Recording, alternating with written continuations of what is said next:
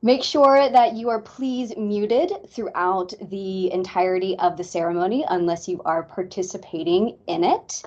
Feel free to use the chat box to give a shout out to anyone who's becoming a member or receiving an award today, as well as use those reactions at the top of the Teams app. A little bit of applause, a little bit of smiley face, a little bit of heart, whatever you want that is here for us today as well.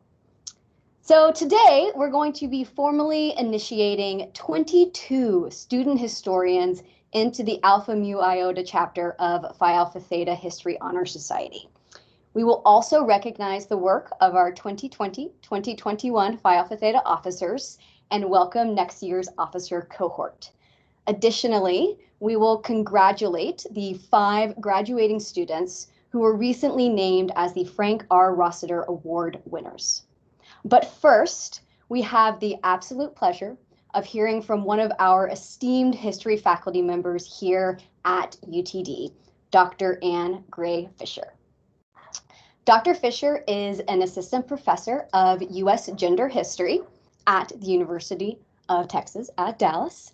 Her first book, The Streets Belong to Us: Sex, Race, and Police Power from Segregation to Gentrification, which, by the way, what an amazing title. I cannot wait for this book.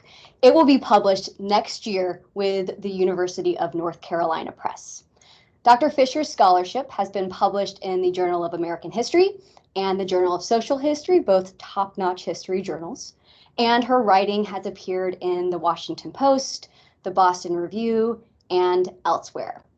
Her talk for us today is entitled History in the Future Tense. Dr. Fisher, thank you so much for being here, and take it away, please. Hello, good afternoon. Can everyone hear me all right? Just some nods or thumbs. Cool. Yes, thank you. All right. Well, it's my absolute honor to welcome the new members of Phi Alpha Theta, the new officers, and also to celebrate the accomplishments of the Rossiter Award winners. And I want to especially thank Hervé Debour and Dr. Whitney Stewart for inviting me to speak today. I'm going to offer sort of the story of my own personal pathway into history, and then I'll close with some thoughts on how to practice a kind of history that looks to the past in order to care for the future. So I will start by saying I'm extremely jealous of all of you because I was not a history major in college. I majored in Slavic languages and literature. So all I wanted to do in college was read Tolstoy in the original Russian. And if we're being honest, I also spent a lot of time watching my favorite Soviet cartoon, Cheburashka. I didn't know what conditions produced this adorable creature. And I didn't know what it meant in its historical context, but he's just so cute, and it was just so much fun. I hated history. History to me meant late nights with flashcards, memorizing this meaningless series of dates and names of Tsars and Soviet leaders. You can recite the first line of Pushkin of a Pushkin poem to a stranger in St. Petersburg, and they will respond with the next line. Right? But if you tried to recite a list of Soviet leaders to a stranger in St. Petersburg, they would just slowly back away from you. So I thought real connection, real meaning came from language and from culture. History didn't matter. And I'm thrilled to see some love for Cheburashka in the chat. So I didn't think history mattered. But there was still so much I didn't understand, especially without history, right? I didn't understand why my friends were worried that their fragile democracy was being shut down. I didn't understand what people were protesting in the Red Square in Moscow. And I didn't even understand the stakes of what I was learning, the stakes of what it meant to study Russian in that specific moment. For example, what did it mean for me, an American, to study Russian at the start of the US war in Afghanistan? Right? Afghanistan, which was already a former hotspot in the US-Soviet Cold War. Why was the CIA coming to recruit Slavic studies majors at my college, right? Was it because of our expert knowledge of Cheburashka, right? I had no idea. So I had no analytical compass. I had an impoverished understanding of context. My understanding of the world, right, was not grounded in material relationships or power dynamics. Even after college, when I started working at a labor union in Boston, I didn't recognize that worker organizing was part of a much longer and global struggle. But it was at the labor union when I first encountered a poster hanging in my boss's office. And this poster changed my life. It's also hanging in my office now. So as you can see from this poster, it's advertising a fundraiser, a hooker's ball for the Prostitutes Union of Massachusetts, or PUMA. This poster is from 1982, and it's advertising the eighth annual Hooker's Ball. I was fascinated by this poster. It lit my brain on fire. I knew that our labor union was struggling to organize undocumented workers. Right? I knew that undocumented workers were afraid to talk to organizers because they were afraid of police, of ICE, of deportation. So when I saw this poster, I wondered, right, how in the 1970s and even into the 1980s could criminalized women organize for their rights? What rights were they fighting for? Sex work was not a traditional job with a boss and a bargaining unit. So how did they organize together? How did they manage to keep this union alive for at least 8 years? Right? I just had so many questions.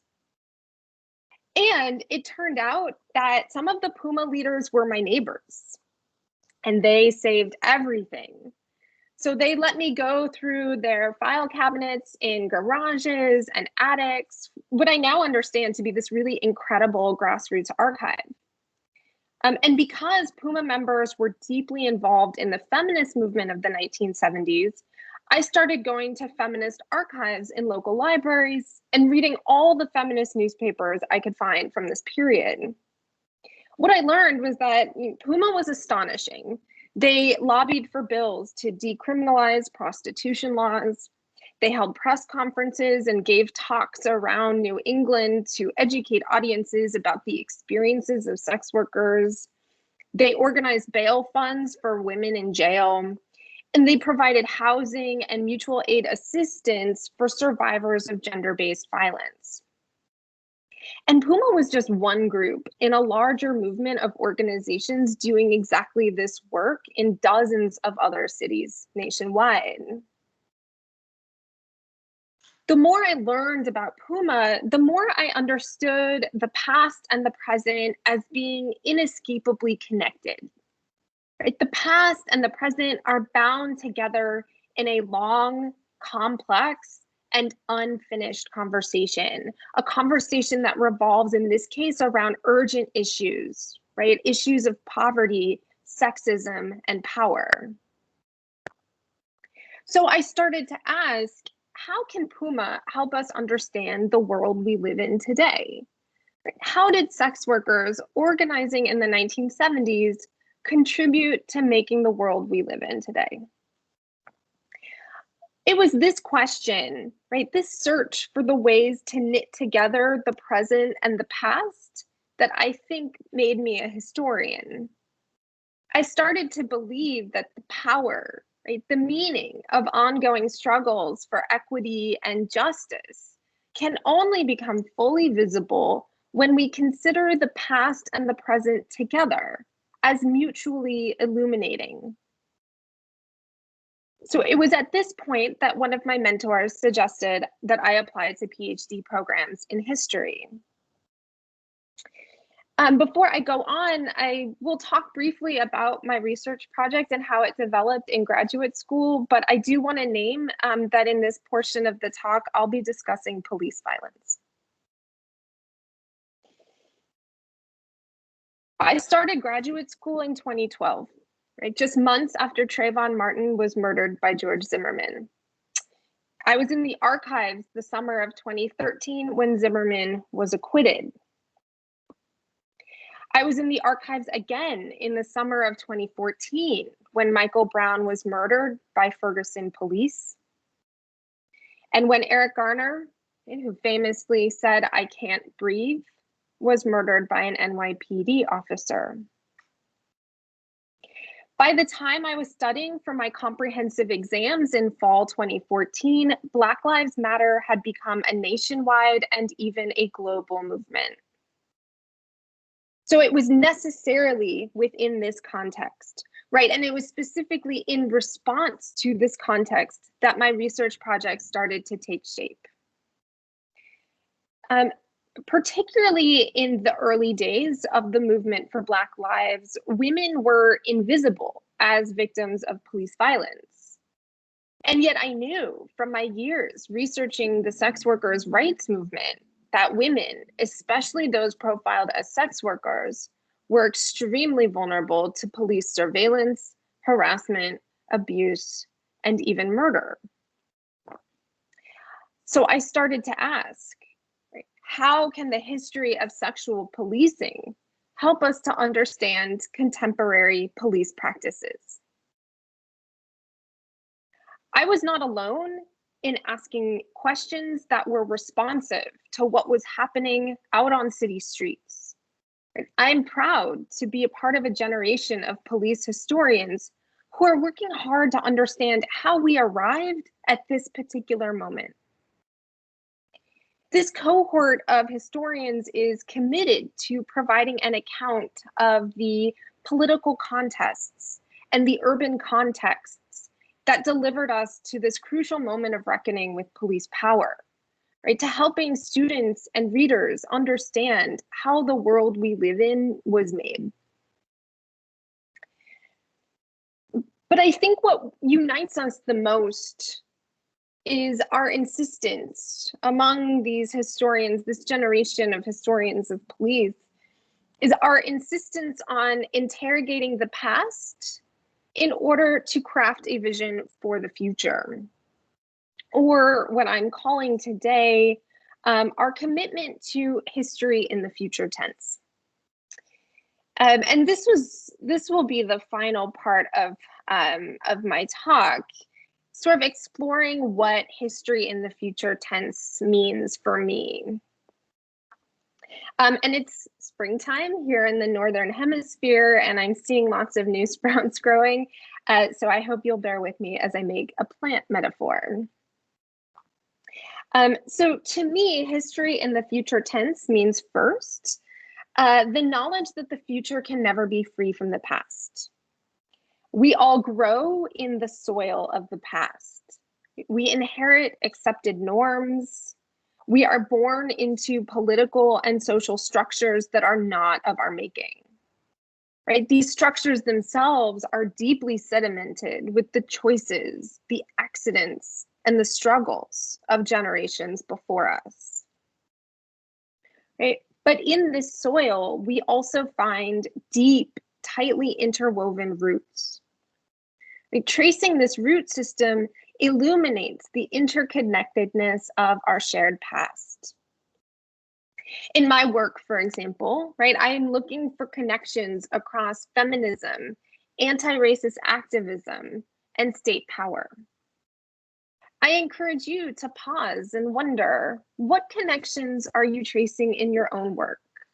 What stories, what communities, what axes of power are usually considered in isolation when in fact you believe that they are deeply enmeshed? And what can you learn when you study that place where the roots connect?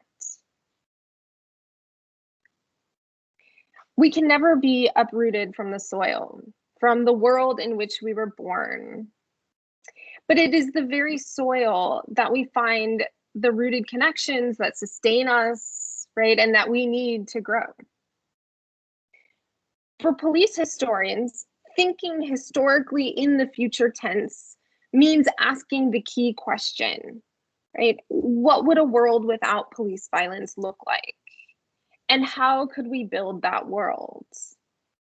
We can't begin to answer this question without first digging in the soil and tending to the roots. But what does this mean for you? I'll close with two questions that I hope can help guide your own practice for history in the future tense. What do you want to help grow in this world? And what historical roots can you find buried, invisible to those of us above ground, to sustain that growth? Thank you all so much.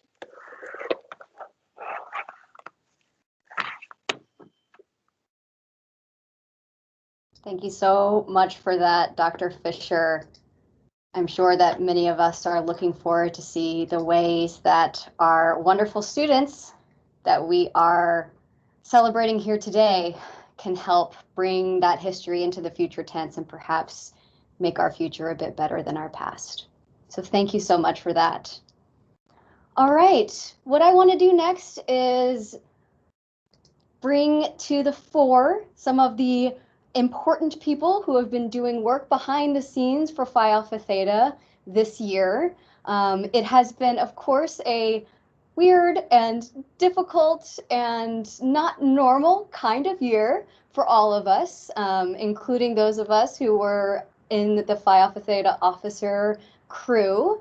And I just want to say thank you to all of our officers who have really been trying to make this year not just go by without any kind of Phi Alpha Theta events. We had a fun Jeopardy style game trivia show last semester, and this semester we are very happy to have our induction.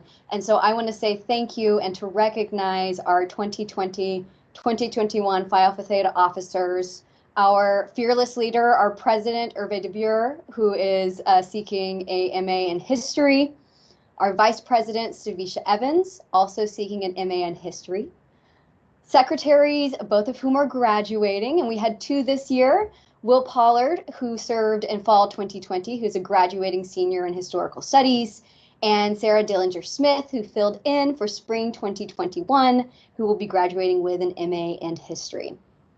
We also have our treasurer, John Cake Rice, who's pursuing a master's in literature. And lastly, we call her our guardian queen. She does so much, if anything, but to make sure that our armada of Portuguese manicore, I think that's right, John Cake Rice, is ready to go at any moment. Janet Jacobs, who is pursuing a PhD in humanities. So please join me in thanking them for their service. Some of them will be staying on, but others will be leaving us for the time being. So thank you all. All right, we're going to get to some of the meat of our induction ceremony. I was going to try to make a plant metaphor, but I decided to go carnivore instead of herbivore. So we're going with the meat of the ceremony. Since our last induction ceremony, which seems like forever ago, in fall 2019, the Alpha Mu Iota chapter of Phi Alpha Theta has offered admission to 22 student historians, which is I don't know if it's a record number, but it is up there.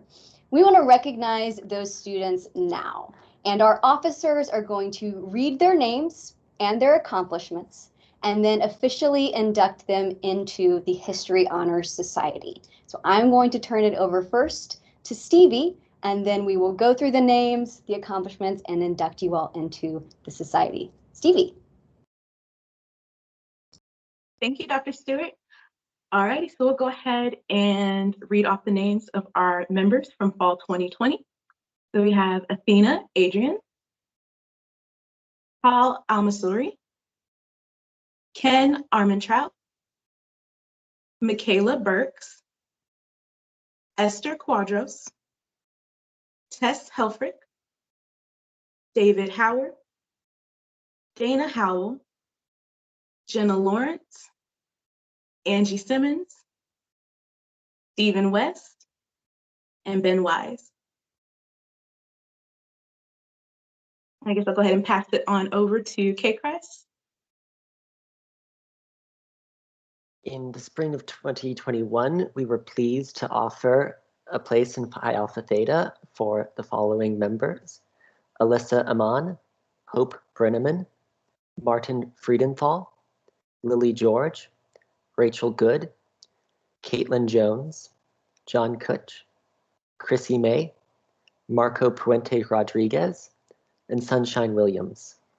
And Janet, would you like to list the accomplishments that they have already performed? Thank you, Kate Grace. These scholars have met the qualifications for membership in this honor society.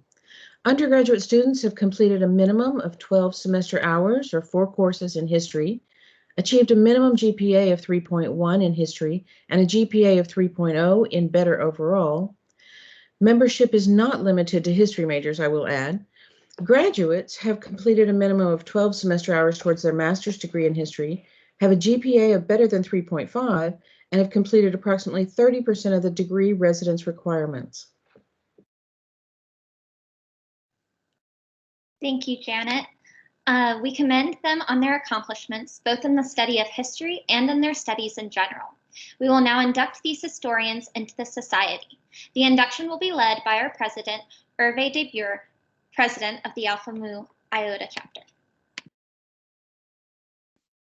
Thank you, Sarah. So on behalf of Alpha Mu Iota chapter of Phi Alpha Theta, I would like to welcome you to our initiation of new members. Today we are celebrating the achievements of those students who have excelled in their study of history. With us today are the current members of Phi Alpha Theta, the 22 new members and their friends and others from UTD community who value the pursuit of historical knowledge.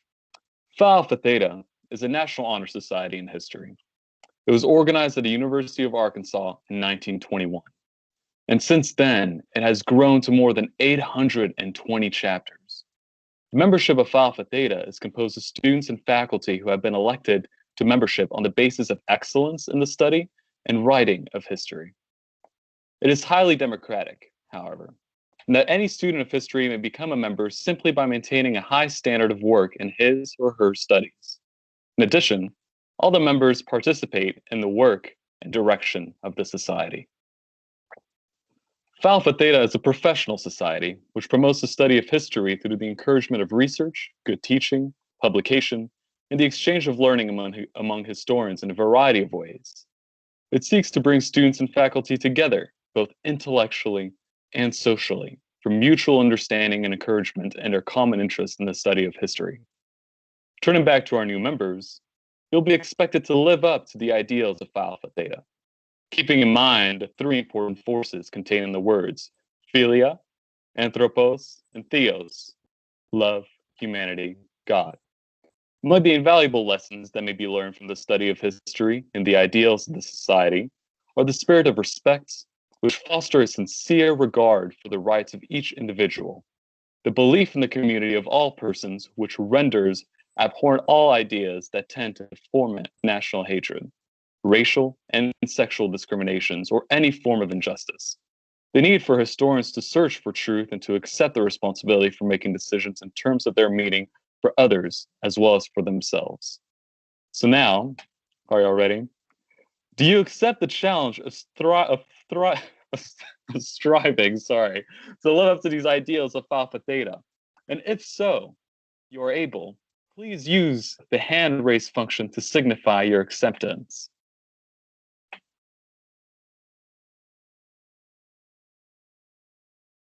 I better see 22 hands up. Well, I guess 9 is enough then. Perfect.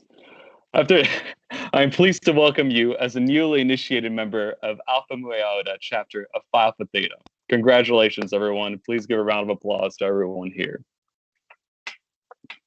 I will now pass it on to Dr. Stewart. Thank you so much, Hervé. Well done. And well done to all of our wonderful new members. So happy to have you as a part of the History Honor Society.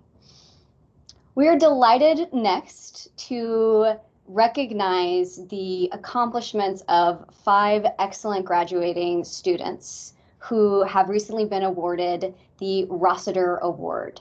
And we are happy today to have with us actually the two people that made the Rossiter Award possible through a generous donation, which is Stephen and Janice Rabe, who we are very happy to say are going to say a few words before we recognize those students. So Stephen and Janice, please take it away. Okay. First, let me tell you a little bit about myself, because I noticed there isn't a name now that I recognize, which would make sense since I retired in 2017 from UT Dallas. I taught at UT Dallas from 1977 to 2017 for 40 years, and I think ultimately accumulated at about 10,000 students. Janice here next to me was an attorney in the city of Dallas, but she was also a history major at the University of Oregon and then got her master's degree at the University of Connecticut, where we met. I would note to you that Janice has an affinity with Professor Fisher, and that Janice was a labor union lawyer. Although she didn't represent PUMA, she did represent the International Brotherhood and Sisterhood of Teamsters. So perhaps the Teamsters would have been interested in PUMA. I don't know. But other unions too. And other unions too. Since 2017, I've been teaching at the Honors College at the University of Oregon on a kind of affiliated or part-time basis. But myself and Janice neither. Janice has worked in the University of Oregon since retiring as a lawyer, since we moved from Texas to Oregon. And I've continued to do my research, and I had a book come out with Cornell University Press the summer of 2020 on Henry Kissinger. And I have a book now coming out, which would be my 13th book, on a small village in Normandy during the period from June 6th to June 16th. And Cambridge University Press has that. And I'm very, very enthusiastic that Cambridge is going to accept this book. And also, I think there will be possibilities of a screenplay because it's quite dramatic. What I was going to say also about it is my tie with what Professor Fisher's lecture was, is that I was born to be an historian. And the reason is my first history lesson was sitting on my father's lap when I was 4, 5, 6 years of age, and he would rub his face and he would then show me a minuscule piece of shrapnel that had emerged to the surface of his skin. The shrapnel, of course, had come from a Nazi mortar during World War II. So it's kind of like born to be an historian. Now, in terms of Professor Rossiter, he was one of the founding members of the history department, along with Jerry Soliday and Gavin Hambley and Paul Monaco. And Professor Rossiter taught American intellectual and cultural history. He arrived in 1975 and tragically died, I believe, in 1989. But one of the things is why I decided, and Janice and I decided to endow this award, was that Professor Rossiter, when you arrived at UT Dallas, the first thing you would see in your mailbox was a copy of the book of Charles Ives and His America. And Professor Rossiter was a very interdisciplinary person and an excellent pianist. And he was writing about the American composer, Charles Ives, and the difficulty he had relating his cultural interests, Charles Ives' musical interests, with the society that he grew up in the latter part of the 19th century. You might note that this book is still kind of the definitive work on Charles Ives. If you go to a symphony and you hear a work by Charles Ives, normally in the program, they'll recommend both recordings of the particular music you've heard, but also how you might do more research on the composer. I have seen at the Helsinki Symphony Orchestra where they recommended Frank Rossiter's book when they had played some music on Charles Ives. So we thought it was appropriate, particularly given that Professor Rossiter died tragically, that we honor him by establishing this book award, and particularly by giving a book, because this is what Professor Rossiter gave to every new member of the thing. The other thing I'd like to note about Janice is Janice has been very active in philanthropic awards. And of course, we've established major student scholarship programs at Willamette College, at the University of Oregon, and at UT Dallas, this one being named after Gavin Hambley. And we just endowed a position in the history and teaching of US foreign relations at Hamilton College. So we continue to be active in trying to support students. And history. And history. Well, thank you, Janice and Steve, for that. And of course, thank you for your generous donation, which makes possible giving these awards out to these fantastic students. Is Jerry with us today, Jerry Soliday? He is, yes. Well, I think that at some point we need to endow an award in Jerry's name, because along with Gavin and along with Frank, he was the founder of the history program at UT Dallas. All right, well, anyone out there who wants to give some money to the history department in Jerry Soliday's name, come on over, reach on out. Thank y'all so much. Thank you to the Raves. I'm going to go ahead and announce the winners and their prizes right now. This is really recognizing exceptional work done by graduate and undergraduate students. It's about scholarly accomplishment in the history and history of ideas programs here at UTD. And just so you know, this year's awardees were actually nominated by members of the History and History of Ideas faculty, and then selected by a three-person committee consisting of Doctors Eric Schlereth, Rosemary Admiral, and Ben Wright. And awardees who receive recognition here today are also going to receive a book prize, as Dr. Rabe noted, which is selected actually by one of their nominators. So we are very happy to celebrate the work today of Sahali Hashim, who is a graduate student who will be receiving the book Mark Peterson, The City-State of Boston, The Rise and Fall of an Atlantic Power. We have our very own Phi Alpha Theta officer, John Cakerice, who graduated with his undergraduate degree in the summer. And his book will be Radcliffe G. Edmonds III's Drawing Down the Moon, Magic in the Ancient Greco-Roman World. We have Elizabeth, also known as Tess Helfrich, who is graduating with an undergraduate degree, and she will be receiving Deirdre Cooper Owens's Medical Bondage, Race, Gender, and the Origins of American Gynecology. We have our very own Will Pollard, who served as a Phi Alpha Theta officer last semester, who will be receiving Christina Handhart's Safe Space, Gay Neighborhood History, and the Politics of Violence. And last but not least, we have Sheridan Warden, also graduating as an undergraduate, receiving Jill Lepore's These Truths, A History of the United States. Please join me in congratulating all of these excellent scholars.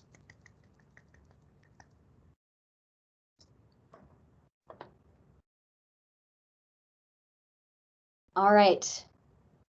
Speaking of, I keep bringing up those officers because they're really important to Phi Alpha Theta. And it just so happened that next year we have officers too. I'm very happy to say that 3 of our officers will be continuing on in their positions next year. We have, unfortunately, to say goodbye to Janet and Sarah. Wish them the absolute best, of course. Hervé will continue as president. Stevie will continue as vice president. John Cakerice will continue as treasurer. We are very excited to welcome the brand new member, Rachel Good, a historical studies senior starting next year, who will be our very new, because we're really with the times and just now getting a social media manager, which we're excited about. And we have a position open. Our secretary position is just sitting there waiting for one of you new members to step in. So please, if you are interested in joining this wonderful cohort of student historians, email me. My email address can be found on the UTD website, or it's whitney.stewart@utdallas.edu. Let me know, and we will be very happy to welcome you for next year. As we look forward to next year, and hopefully to a full slate of activities that might actually include getting together in person, we want to ask you, encourage you to follow us on Facebook, Twitter, and Instagram. Rachel's going to be doing great work, we know, as social media manager next year. And we're really hoping to have several events where we can have people come together to talk and think and socialize around our love of history. I want to give a sincere thank you to Dr. Ann Gray Fisher, to Janice and Steve Rabe, and of course to all of you for showing up on a Friday at lunchtime, being here to celebrate and commend the work of our excellent, wonderful, don't want to be a professor without them students. And since this is, hopefully, fingers crossed, our once and only ever virtual Phi Alpha Theta induction ceremony, I'm going to ask if we can take a group virtual Teams selfie. So if you are willing and able to put your screen on, to get that camera on, I'm going to take a screenshot of this beautiful, amazing, brilliant group of scholars and students and professors. And then guess what? We're going to post it on our social media. So on the count of 3, 1 second. Ready? 1. Get your smiles ready. 2, 3. Excellent. And with that, one more time, let's congratulate our new members of Phi Alpha Theta, the Rossiter Award members, our outgoing and incoming Phi Alpha Theta officers. Thank you all so much. And hey, cheers. We'll see y'all, hopefully in person, next year. Bye. Thanks for being here.